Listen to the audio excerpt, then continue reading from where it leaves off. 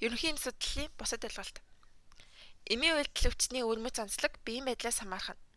Эмийн үйлдэл нь өвчтний нас хүйс, удамшлын хүчин зүйл, тухайн хүний биеийн байдал, хоногийн эмнэл зэрэгс ихээхэн хамаардаг. За тэгээд жишээлбэл одоо наснаас яаж хамаарах вэ гэхээр жирэмсний сүүлийн 3 сар болон төрсний дараах 1 сар хүртэлх нь яриад одоо эмийн мэдрэх чадвар нь насан туршдынхаас одоо эрс өөр байдаг.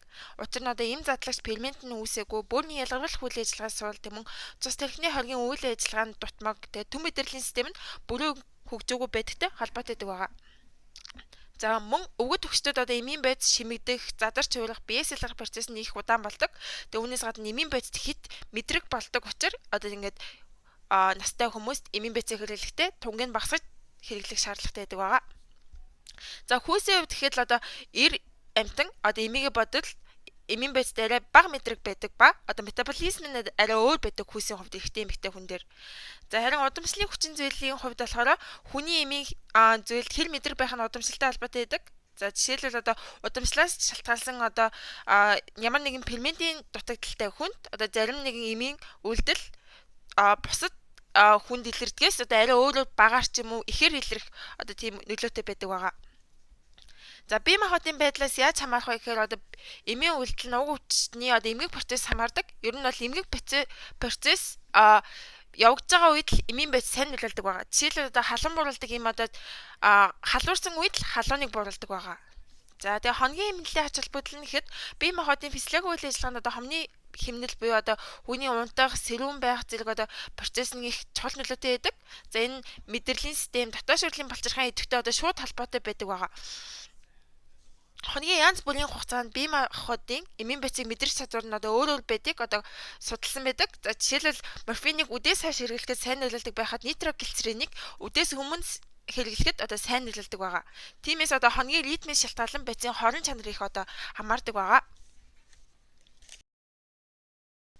Эмийн цочмог хордлого эмчлэх ерөнхий зарчмын за 2 тарга нь болохоор хортой байцын шимэгдэлтийг сатуулах байгаа. Үүнд нь маш олон арга байдаг. За нэгтгэн нь болохоор химийн аргаар идэхгүй болох гэж байна.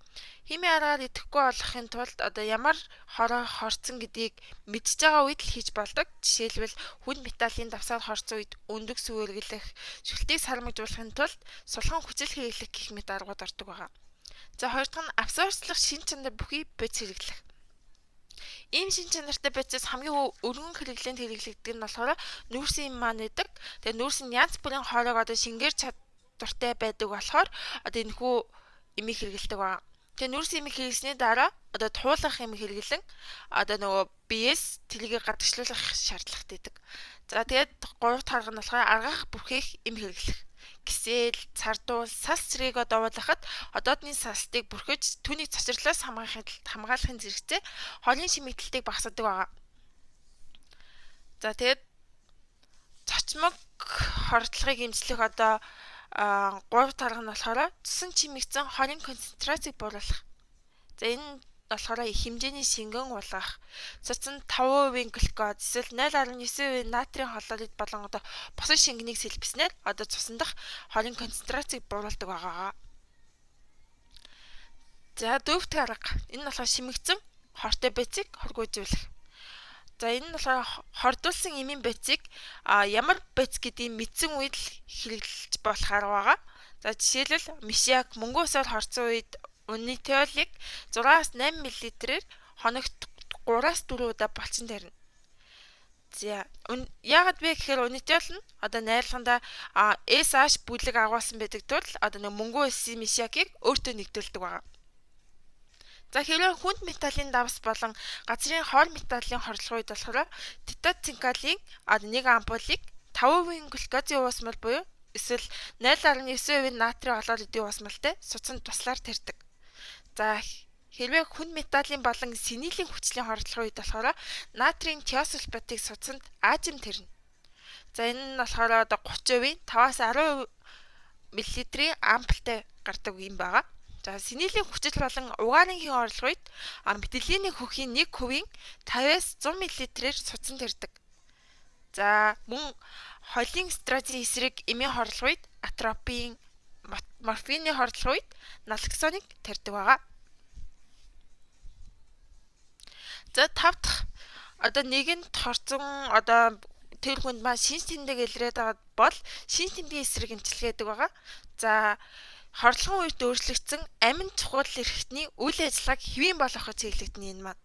За хэрвээ тэр хүнд одоо амьсгал дарангуулагдсан байвал хиймэл амьсгалын хүчил төрөгч эмчилгээ болон нашитэрийн спирт үнэртүүлдэг байгаа. Тэгээд судсан лаболин гидрохлорид эсвэл цитодин, бимегрит тарьдаг байгаа.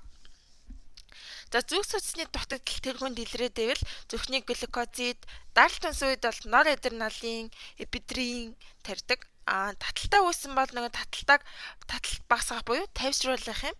Тэгэд таталтааны эсрэг нойрсуулах зэрэг юм хэрэгэлдэг байгаа. За тархины хавангүй үед одоо нөгөө тархины хаван болох зорилгоор шээлгэх юм, шээс хөөх юм хэрэглэн гэсэн үг. За ацетозын үед болохоор натрийн гидрокарбонат, алкализын үед болохоор аман хлорид хэрэглэдэг байгаа.